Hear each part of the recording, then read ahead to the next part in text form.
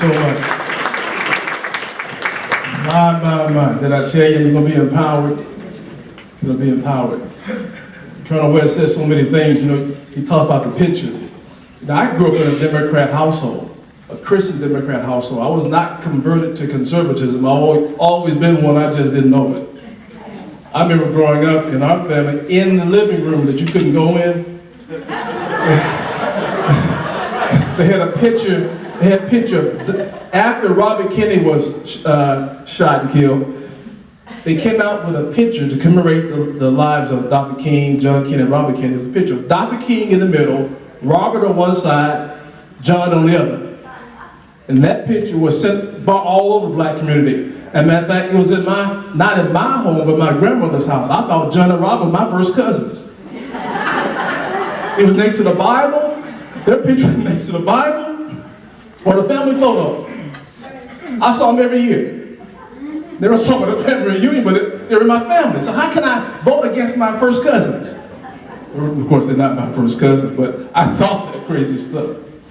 I owe an explanation to you. I said earlier that the word conservative and Republican has a negative connotation.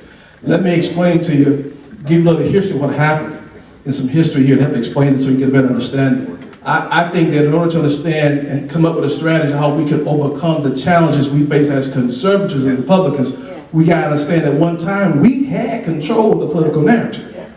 Republicans had it, conservatives had it. In my view, we gave it away. Let me show you what happened.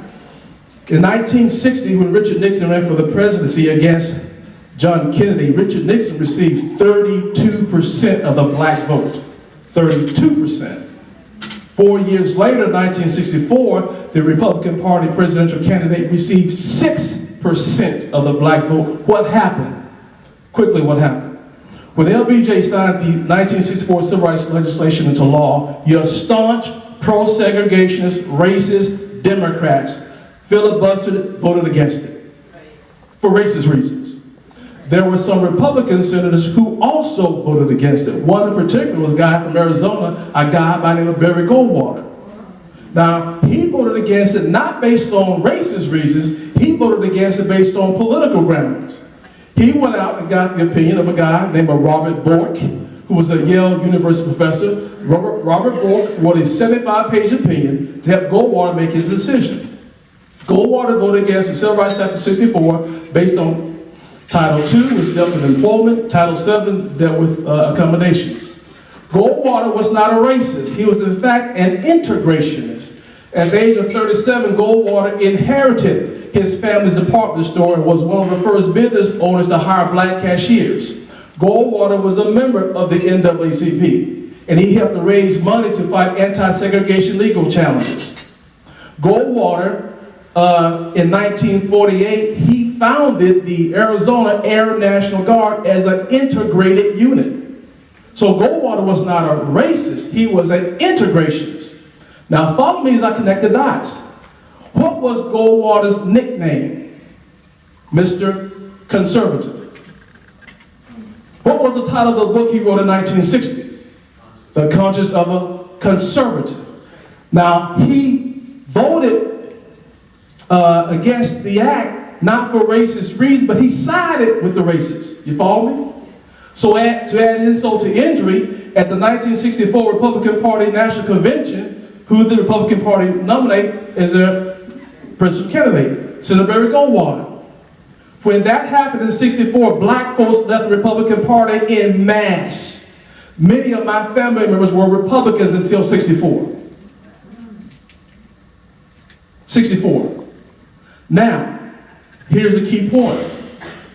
Goldwater accepted party nomination on July 16, 1964. July 16, 1964, the Cal Palace in San Francisco. On that same day, Dr. Martin Luther King Jr. issued a press release. He was the president of the Southern Christian Leadership Conference, Dr. King. Let me put a pin right there. Let's go back a few months earlier in August 1963. What happened in August 1963? That was the March on Washington. Dr. King gave his famous I Have a Dream speech. July '64 comes around. Dr. King had a household name. He he issued a press release. You can Google this and read the press release for yourself. In that press release, Dr. King said, "It is unfortunate and disastrous that the Republican Party has nominated," I'm quoting now, "Senator Barry Goldwater as their presidential candidate." When you go down further into that press release, Dr. King said, "I encourage every Negro and all white people of goodwill to vote against Goldwater."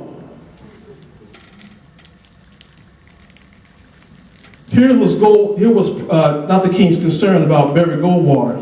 Dr. King said he's not a racist, but Dr. King said in that press release, his conservative views give aid and comfort to the racists. See, Goldwater's position was that the government has no business telling a private business when they should integrate. Goldwater believed that, they'll have a change of heart and they'll integrate on their own. Dr. King said no. Dr. King was saying that, Mr. Goldwater, you want to be so constitutionally right that you are morally wrong. Before Barry Goldwater passed away, he said the way he voted in '64 was a mistake. And he regretted how he had voted. Ever since then, in '64, the Democrat Party have had control of the narrative. Here's the irony of this whole thing. The Democrat Party, they gave us Jim Crow. They gave us segregation. They supported slavery. They called us racist. Why? They got control of the narrative. How do we get it back is the question. And how do you engage? Now, how do you get it back? The answer is Frederick Douglass. I'll talk about more of that later. Let me introduce the next speaker.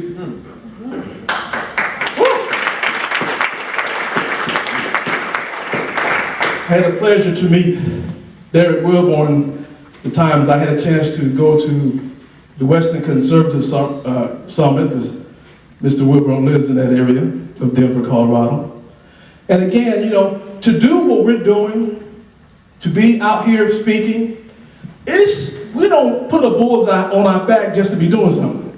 To be a conservative and be really public about it, to me, is a calling. Because, it's not easy being a black conservative. Even within your own house, in your church, in the community as a whole. But I respect, again, people like Colonel Allen West and others and Derrick Wilburn for having the moral courage to be truth tellers.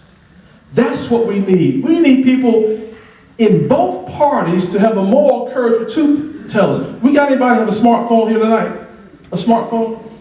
Go to the Democrat Party's website. Go to democrats.org. We're talking about truth transcends color. We got, and Alan mentioned it the best. He said, we got to understand what truth is, because we got to know our history. Because if we don't know our history, the Democrats will co-opt our history and carry it as their own. I'm going to prove it to you right now. Let me know when you get to that website. It's democrats.org. Somebody, when you find it, say amen. Somebody has it? Okay, man. Democrats.org. Go on the top, it says, the menu says about. On the about, there's a submenu that says our history or history. When you hit history, click that. Now I'm not picking this stuff up. This is the Democrat Party's website, and it exists right now. You don't have to read the first sentence. Just give me up to the first comma. For more than 200 years. Let me repeat that, what she said, so you hear. For more than 200 years, so 1814. Go ahead. Our party has led the fight for civil rights. Stop right there. She said on that website, for more than 200 years, our party has led the fight for civil rights. That's a lie. You see why we got to know our history? 50 years. I'm sorry? Outside 50 years. Well, 200 years ago was 1814. Okay? Douglas was alive and well. Douglas was born 1818. This 200-year time frame they're talking about, Douglas was alive back in most of that time. I'm going to take my seat and let Derrick come up. Douglas in 1853 gave a speech entitled The Slavery Party. In that speech, Douglas said this. He said, at present, the best example of the best representation of slavery in politics is the Democratic Party. So somebody is not telling the truth. Either it's Douglas or that website. You see why we got to understand the truth? Because if you don't know the truth, you can't recognize a lie. And what's on that website, they're not doing the fool people. They think it's true. The Democrats. You got to learn how to engage. And you got to have the moral courage to be a truth teller. I don't care if they have like a D behind the name or an R. If they're not adhering to the Constitution, you got to call them out. We need people who have the moral courage to be truth tellers. So let's ask Mr. Wilburn to come forth and grace us with the message.